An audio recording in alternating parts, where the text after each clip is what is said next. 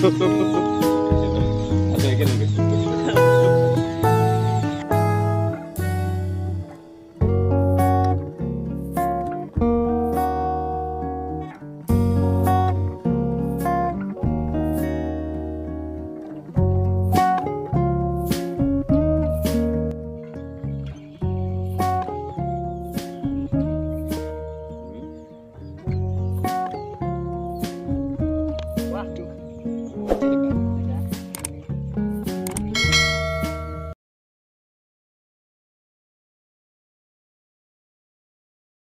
Ya, hasilnya luar biasa. Ini sebelumnya kita panen di usia 4 bulan, dan ini kita panen di usia hampir 5,5 bulan. Langsung saja kita tanya ke masternya. Kita masih ingat teman-teman, di video saya sebelumnya kita membahas singkong, bagaimana teknik budidaya singkong yang benar di usia 4 bulan. Kita tahu bahwasanya isinya atau buahnya itu sudah luar biasa, tapi ternyata ada penambahan usia hanya sekitar 1 sampai 1,5 bulan, tapi dilihat dari panjang umbinya, kemudian ukuran serta banyaknya umbi, itu memang ada peningkatan drastis. Kenapa itu bisa terjadi? Mungkin beliau bisa menjawab lebih tepat. Gimana Pak? Kita kalau dibandingkan dengan video sebelumnya yang kita buat Pak, itu kita panen di usia 4 bulan, dan ini kita panen sekitar setengah ya, ini 15,5. Jadi jarak hanya sekitar 1 bulan lah. Tetapi kalau dilihat dari ukuran memang sekarang jauh berbeda Pak. Jadi ukurannya memang lebih besar dan juga lebih panjang gitu Pak. Iya, pertama teknik penanaman kemarin yang di video kemarin kan sudah dijelaskan tentang cara menanamnya, kemudian ada penambahan kapur gitu ya. Tapi memang 1 bulan terakhir ini kita melihat ada beberapa terik ya, panas yang terik yang memang tidak setiap hari itu hujan terus. Ya kita terbantu lah dengan kondisi itu, sehingga matahari bisa optimal untuk menghasilkan fotosintas ya. Jadi pengisian umbi menjadi lebih maksimal. Kalau mungkin ada sekitar 2 atau 3 minggu kemarin aku panasnya agak lumayan, walaupun masih di musim hujan, tapi itu cukup membantu. Nah ini akan lebih baik lagi kalau misalnya sudah masuk mulai akhir musim kemarau. Nah ini kalau musim akhir musim hujan mau masuk kemarau, kita nanti panen lagi di umur 6,5 bulan ini pastinya akan lebih menarik lagi karena sebetulnya mataharinya kan lebih terik, sehingga pengisian umbinya akan lebih. Tapi tetap saya ingatkan lagi bahwa faktor pengisian itu ya sebetulnya ada.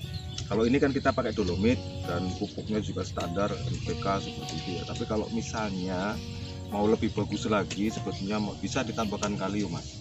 Jadi kalium itu nanti mengatur menutupnya stomata nanti juga membantu bagaimana sinar matahari bekerja. Kemudian klorofilnya kita terbantu kemarin dengan penambahan dolomit. Nah, ini akan semakin baik.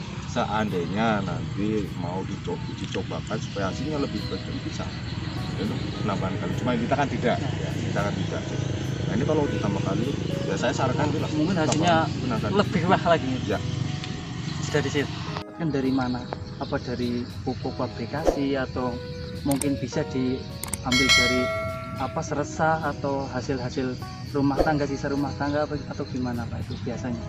Ya kalau misalnya kita mencampurkan dengan pupuk kandang yang organik, kita bisa mendapatkan sumber-sumber kalium.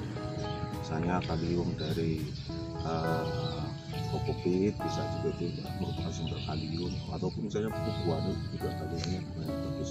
Namun kalau misalnya kita masih menanam secara konvensional, ya kita cukup menambah kalium yang pabrikan ACL ataupun sumber-sumber merek yang lain yang dengan kandungan kalium yang tinggi itu bisa kita tambah, atau KNO3 misalnya, itu juga bisa kita aplikasikan.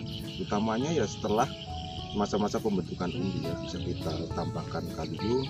Kalau misalnya kita kemarin panen di umur berapa, 4,5 ya kemarin, itu setelah 3,5 atau 4 bulan kita sudah mulai menambahkan kalium.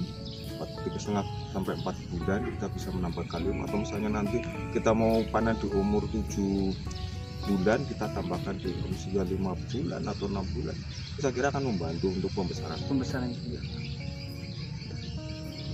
Terus kemarin kita sudah nyoba hasilnya itu Pak. Ya, Mungkin Bapak juga sudah nyoba, ya. terutama kita olah jadi getuk ya Pak. Ya. Gimana rasanya menurut Bapak ini Pak? Ya, memang berbeda ya. Kalau misalnya kita memasak ya itu ini subjektivitas Subjektif ya. ya. Subjektif orang kan punya kesukaan yang berbeda. Tapi kalau saya sendiri mengkonsumsinya agak lebih lembut, teksturnya lebih tidak apa, kalau bahasa Jawa itu nggak nyeretin ya. Iya. Nggak apa, tertinggal di sini. Jadi kita enak sekali makan dengan tekstur yang lembut, yang ya enak lah kalau dibikin gitu. Lain kalau misalnya kita masak dengan kondisi yang sudah tua seperti itu, otomatis seratnya sudah besar seperti itu, sehingga agak mengolahnya pun sudah agak lebih keras gitu ya. Berarti ini mungkin kiranya cocok memang buat produk olahan gitu ya Pak? Cocok. Kalau saya pribadi saya suka. Jadi memang dari segi panen juga lebih cepat, perawatannya juga memang tidak terlalu panjang, juga rasanya juga memang pas gitu. Hasil praktikum dari teman-teman mahasiswa Pak, dan juga ada bimbingan dari dosen pengampu mata kuliah. Harapannya apa sih sebagai dosen terhadap ini nanti mahasiswanya, dan juga dari hasil praktikumnya seperti itu?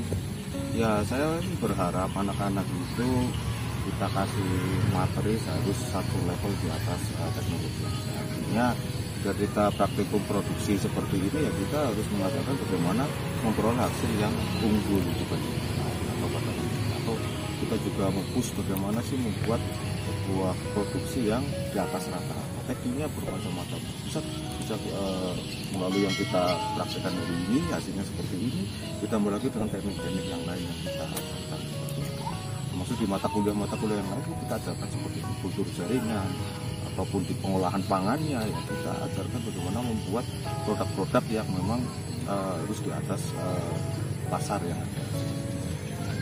Jadi memang sebenarnya agroindustri Politeknik Banjarnegara ini memang memfasilitasi terhadap calon mahasiswa pertanian, memang dari fasilitas juga luar biasa. Ya kita coba ya, kita punya fasilitas tapi tanpa ada sentuhan apapun ya kita tidak bisa melakukan apa-apa. Artinya bagaimana mereka kita ajarkan skill itu terlatih itu. Di samping kemampuan analisa yang memang itu juga diperlukan ketika kita bekerja kelak sebagai bekal anak-anak sampai ketika bagus. Bagus sekali ini pesan dari dosen agroindustri Politeknik Banjarnegara. Jadi bagi penonton yang penasaran boleh main ke Politeknik Banjarnegara atau kuliah di Politeknik Banjarnegara juga boleh. Saat ini lagi membuka pendaftaran calon mahasiswa baru. Sampai jumpa.